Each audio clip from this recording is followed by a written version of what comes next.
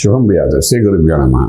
మీనరాశి వారికి నవంబర్ 15వ తారీఖు నుండి 30వ తారీఖు వరకు ఏ విధంగా ఉన్న విషయాన్ని ఇప్పుడు విశేషంగా తెలుసుకోవడం మనం ప్రయత్నించేద్దాం.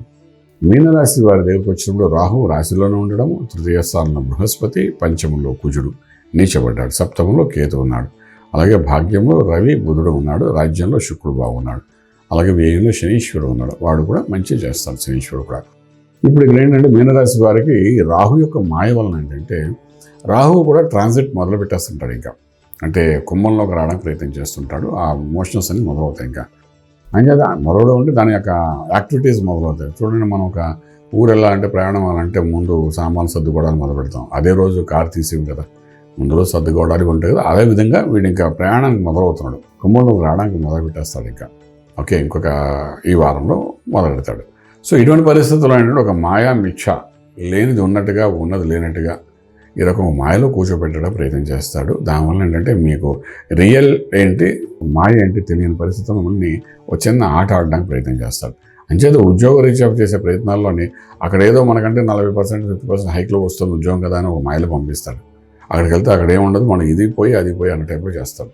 అంచేత జాగ్రత్తగా ఉద్యోగం మారాలనుకున్నప్పుడు చాలా జాగ్రత్త పడాలి. అదే వ్యాపారస్తులు ఉన్నారంటే మా వ్యాపారంలో కూడా ఇదే విధమైన సమస్య మీకు ఎదురవుతుంది. రియల్ ఎస్టేట్ వ్యాపారం చేస్తున్నారు, ఈ భూమి కొనండి సార్ 4 నెలల్లో అది 10 రూపాయలది 1000 రూపాయలు అయిపోతుంది అంటాడు ఎవడో, ఒక మాయలో పెడతాడు మిమ్మల్ని. నిజమేమో అనుకో కొనడానికి వెళ్ళడం ప్రయత్నం చేస్తారు. అక్కడ వెళ్ళేటప్పుడు మాత్రం చుట్టుపక్కల ఉన్న వాతావరణం చెక్ చేసుకోండి.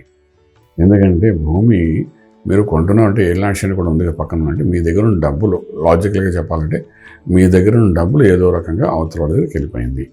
వాడు ఒక కాగితం ముక్క ఇస్తున్నాడు మీకు, అంతే. ఒక కాగితాన్ని తీసుకుని మీరు 2 లక్షలు ఇస్తున్నారని అంటే ఏమైపోయింది, ఈ కాగితం మనకు ఎందుకు పనికిరాదు, మళ్ళీ అమ్ముదామంటే ఎవడు కొనేవాడు ఉండడు. సో అది బ్లాక్ అయిపోతుంది. ఈ డబ్బు అక్కడికి వెళ్ళిపోతుంది, మన చేతిలో డబ్బు. అంటే మేము మానసికంగా ఒత్తిడి తీర్చడం, ఇల్లు స్థలము కొనగలడానికి కావాల్సిన అవకాశం ఉందా ఇక్కడ అంటే ఈ మాయలో ఉండడం, తక్కువలో వస్తాం కదా అని కొనొస్తారు మీరు.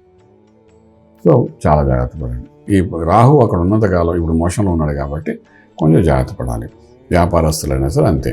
ఇక ఇంపోర్ట్ ఎక్స్పోర్ట్ వ్యాపారాలు న్యూట్రల్గానే ఉంటాయి. అలాగే విదేశాలకు వెళ్ళి చదువుకోవాలనుకున్న విద్యార్థులకి అక్కడ ఏదో భయంకరంగా మనకు అనుకూలంగా ఉందనుకున్నట్టుగా అనిపిస్తుంది.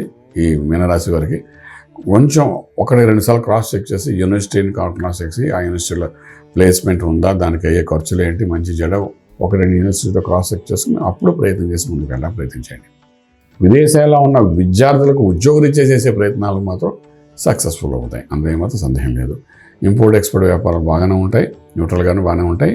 తర్వాత ట్రేడింగ్ చేసేటప్పుడు నెంబర్ 3 లక్కీ నెంబర్గా కనబడుతుంది. ఇన్ఫ్రాస్ట్రక్చర్స్ మీద, బిల్డింగ్స్ మీద, బిల్డింగ్ మెటీరియల్స్ మీద, స్టీలు, ఐరన్, సిమెంట్స్ అలాంటి వాటి మీద కూడా మీరు ట్రేడింగ్ చేసుకుని వెళ్ళడానికి ప్రయత్నించండి, కొంత సక్సెస్ కనబడుతుంది. అలాగే ఆరోగ్య విషయానికి వచ్చినప్పుడు ఏంటంటే పంచంలో ఉన్న కుజుడు ఏం చేస్తున్నాడంటే పిల్లల ద్వారా మానసిక ఒత్తిడి, పిల్లలకి ఏదో ఒక ఇబ్బంది, ఈ 2 చేయడానికి ప్రయత్నం చేస్తారు. కుజుడు నీచం ఉన్నాడు కాబట్టి. సో 2 రకాల మానసిక ఒత్తిడి వల్ల మీకు ఆరోగ్యాలు కొంచెం ఇబ్బంది పడే అవకాశం ఉంది. ఇక్కడ మీరు మళ్ళా చేయవలసిందంటే గురు మంత్రం, మేధా దక్షిణామూర్తి మంత్రం సాధన చేయడం కానీ, లేదా సుబ్రహ్మణ్యేశ్వర స్వామి ఆరాధన చేయడం కానీ, ఇటువంటి ఏదో ఒకటి చేసుకుంటూ వెళ్ళడం వల్ల ఏంటవుతుందంటే పంచములో ఉన్న కుజుడు యొక్క ప్రభావం మీ పిల్లల మీద పడకుండాను, పిల్లల ద్వారా మీకు ఎటువంటి మానసిక ఒత్తిడి రాకుండాను కంటిన్యూస్గా రిలేషన్ బాగుండడానికి అన్ని రకాలు ఉపయోగపడుతుంది. ఎందుకంటే కుజుడు అక్కడ 90 రోజులు ఉంటాడు అనుకున్నాం కదా.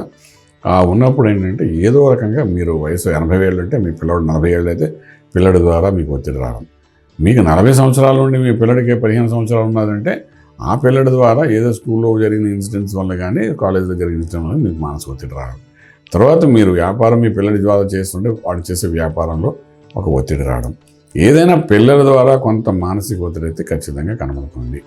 సో మీరు కొంచెం జాగ్రత్త పడాలి. దానికే సుబ్రహ్మణ్య స్వామి ఆరాధన మీరు చేయాలి. మీ పిల్లల చేత కూడా చేయించడం ప్రయత్నం చేయండి. చేసుకుంటూ వెళ్తే కొంచెం రిలాక్సేషన్ ఉంటుంది 15 రోజులు. ఇక్కడ రాహు మోషన్ కూడా, ఇక్కడ కుజుడు యొక్క స్థానం కూడా అంత కంఫర్ట్ జోన్ అని చెప్పడానికి అవకాశం లేదు. అంచేత అలా చేసుకుంటూ వెళ్ళండి. డెఫినెట్గా కొంత ఒత్తిడి నుండి బయటపడడానికి అవకాశం ఉంటుంది. రాజమార్గంలో రాజ్యం పొందగలుగుతారు. శుభం వ్యాధి.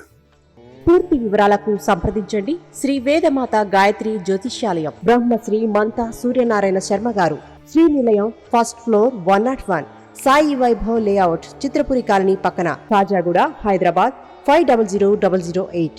సంప్రదించవలసిన ఫోన్ నంబర్ 8855559147, 8855559148, 9849996644.